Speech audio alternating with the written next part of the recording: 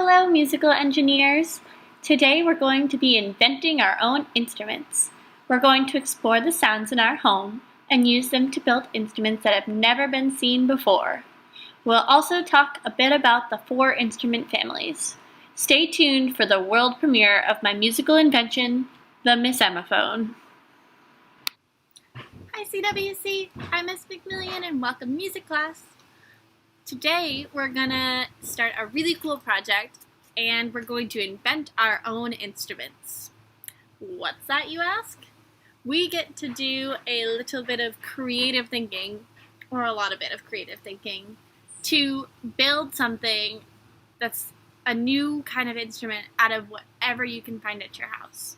So this is a really creative and a really scientific engineering kind of project that we're going to do. So this is my instrument that I created. I'll show you that a little bit later. But first, I want to tell you the rules of the project. You can use anything you can find in your house that you're allowed to use. You can use paper, you can use plates, you can use pots and pans, you can use water, you can use fruit, you can use vegetables, whatever you want to create a brand new instrument.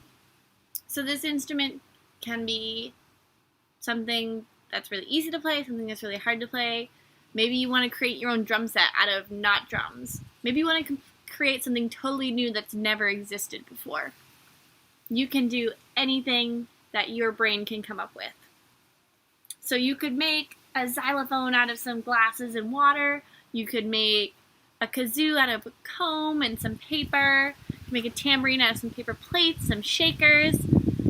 Or you could just make up, my instrument is the Misemaphone. It's a totally new instrument I came up with. So you could also create something totally brand new. Whatever you do, there are 2 things you need to do. You're going to need to tell me what instrument family it's a part of, which we'll talk about in a minute, and you're going to have to name it, because it's a totally new instrument. Even if it's your own version of an instrument that exists, it's totally new, so you have to name it. Those are the 2 things you have to do. But that first thing, what instrument family it's from, let's talk about that for a minute. There are 4 families of instruments that we're going to talk about, and your instrument's going to fall into one of those families. The instrument families are woodwind, brass, string, and percussion. Turn my hair up. And how we tell what family our instrument is part of is how we play it. So a woodwind instrument would be, one that exists would be a flute, a clarinet, a saxophone, an oboe, a bassoon. All those are woodwind instruments. And we know that because of how they're played. How a woodwind instrument is played is you blow air into it, and then something somewhere in that instrument splits the air and vibrates. Something causes air to vibrate in that instrument. So my instrument that I created, the Misemaphone, is a woodwind instrument because I have this piece of paper here that kind of acts like a reed, like in a clarinet or a recorder or a saxophone, and it splits the air and the air vibrates in the right length of my instrument. So woodwind has something that splits air and makes it vibrate, like a flute, clarinet, saxophone. The next family is brass, and the brass family is categorized because you buzz into it to play it, like a trumpet, a trombone, a tuba, or a didgeridoo. When you have that kind of instrument, you are causing the air to vibrate by vibrating your lips, like that. So the difference they're both, you play them by blowing air into them, but for a woodwind instrument, something else, like a piece of wood, a piece of paper, a piece of plastic, is causing air to vibrate.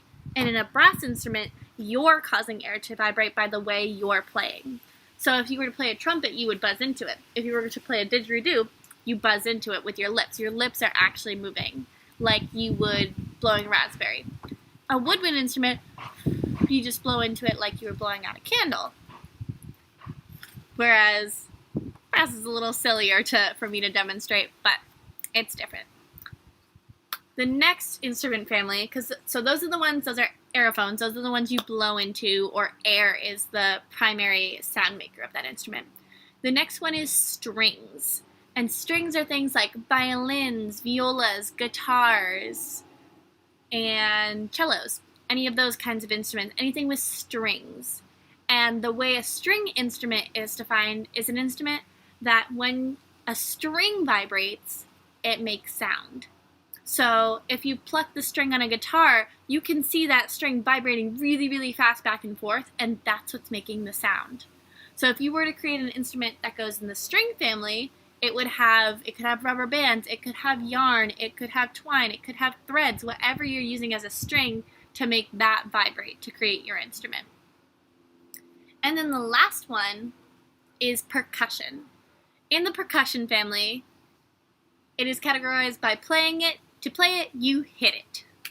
So that would be anything like drums, the triangle, a lot of the stuff we use in music class, the lummy sticks. Those are all percussion instruments because they make their sound by hitting them or hitting them against each other. Lummy sticks we click together, click on the floor, or if you have bongo drums, you would hit on the drums. Those are all percussion or idiophones because you hit them. And then the actual physical instrument is what's vibrating. So for aerophones, the woodwinds and brass, air is vibrating. For strings, the string is vibrating to make sound. And for percussion, the actual instrument is vibrating to make sound. So if you were to make some kind of tambourine out of paper plates, that would be in the percussion family because you would shake it and the whole instrument would be vibrating to make the sound. You're not blowing on it and there's no strings involved that you're plucking. So that's how you're going to categorize your instrument that you create. If it's something you hit, it goes in the percussion family.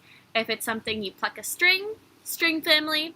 If you're vibrating your lips to play into it, brass. And if you're blowing into it or blowing over it, it's going to be woodwind. So when you categorize your instrument into one of those 4 families, and then you are going to name it. When you name your instrument, you can name it absolutely anything you want. You can come up with a really, really silly name. You could come up with a name that's kind of close to what it's actually called. So if I made a tambourine out of paper, I might call it the patambourine. The paper tambourine, patambourine. Or I could call it something totally new, the Ziggle Zaggle Maggle monster. And that would be the name of it because I created it and I get that power. You could also name it after yourself. That's what a really famous instrument creator did with the saxophone. The creator of that actually named the saxophone after himself. His name was Adolphe Sax. And when he created the saxophone, he took his last name and added ophone, saxophone. Ophone music basically means made sound. The saxophone. That would be like me making the McMillionophone because my last name is McMillion. I could make the McMillionophone. That would have been a better name for this. I called it the Miss Emmaphone though, which I like better. I spelled out Miss M and then ophone, kind of like saxophone and Adolphe Sax did. So you can call it whatever you want, and that's your 2 tasks. So you're going to create an instrument using anything and everything you can find in your house. You're going to name it, and you're going to tell me what instrument family it belongs in, whether that's woodwind, brass, string, or percussion. And then, if you want to share it, I'm going to have a live at some point, and I'm going to put the live information in the description of this video because I don't remember at the moment. And you can also find the information for the live in this week's specialist menu. If you want to join me on Zoom, we can share our instruments that we created and play them for each other a little bit. So, I hope I'll see you there, and I hope you have a really fun time with this project. So, here is my demonstration of the Miss Emmaphone. The Miss Emmaphone is named after me, Miss M, and I got a little bit of inspiration from Adolphe Sax here. And the Miss Emmaphone is a woodwind instrument because I blow over it and this piece of paper that is acting as my reed, this sticky note, is acting as my reed to split the air and cause it to vibrate inside the tube of the Miss Emmaphone. So how I created the Miss Emmaphone is I had a toilet paper tube and I put a sticky note over the top like this.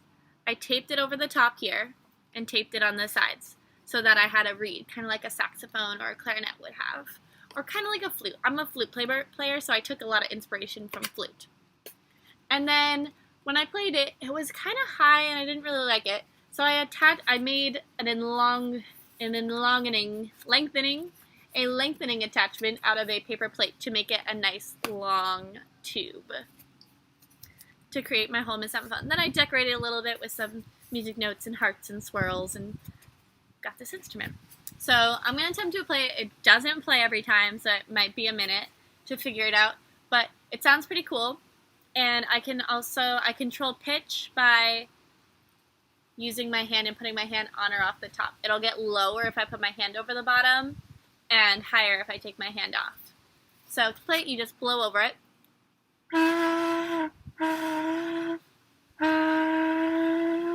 Like this, and you get a weird little sound.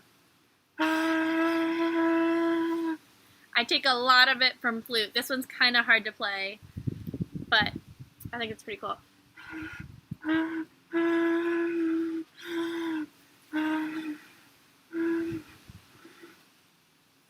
So that's the Miss Emmaphone. I hope to see you Friday so you can hear me try to play the Miss Emmaphone a little more, and I can hear you play your instrument. Bye! I can't wait to see and hear some of the instruments that you've created.